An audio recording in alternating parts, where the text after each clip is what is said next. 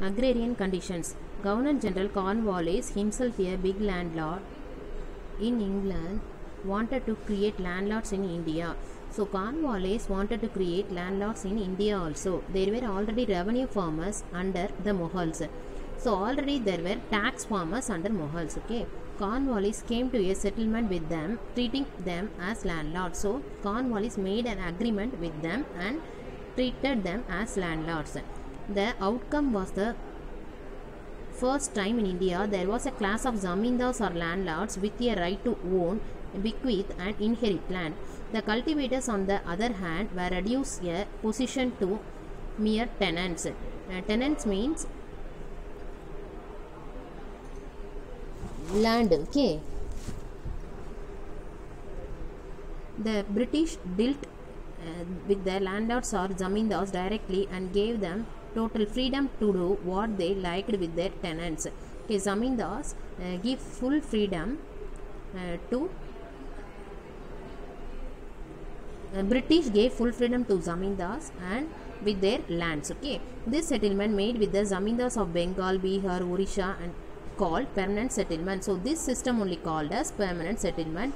This was introduced in the year of 1793. The Ryotwari system was a different revenue system introduced in South India. So different revenue system, tax system are there. Under the system, the peasant was the proprietor and paid tax on the land. So peasants must pay tax for the land. The government dealt with him directly without the intervention of a middleman. What is the meaning of middleman? Mediator. He was entitled to remain in possession of land acquired by him so long as he paid the land revenue. So for a very long time they have to pay the revenue tax. In case of default, apart from eviction and attachment of livestock, even household, if there is any livestock decretion, they have had to sell their household property. The Ryotwari system introduced the concept of private property in land. The individual holders were registered and permitted to sell, lease out, mortgage. Mortgage means transfer. Okay, land revenue and the pauperization of peasantry. The land tax, which was the main source of revenue to the British, was collected forcibly.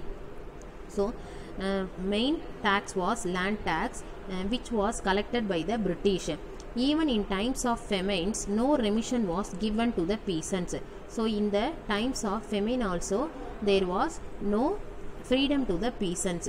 They didn't give anything for the peasants. They had to even mortgage, transfer or sell their property including their land. When farmers had to sell their property, as no credit facilities were provided by the state, they had to depend on moneylenders to borrow money. So some moneylenders are also there for lending their money. Okay, a system of money lending was followed by professional money lenders. So this system was followed by professional money lenders.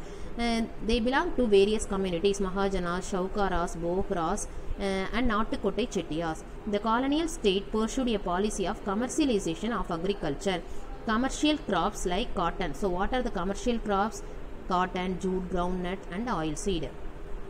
Depending on the market demands, fetched better prices than food grains. So these products, people got these products better than food grains. What is the meaning for food grains?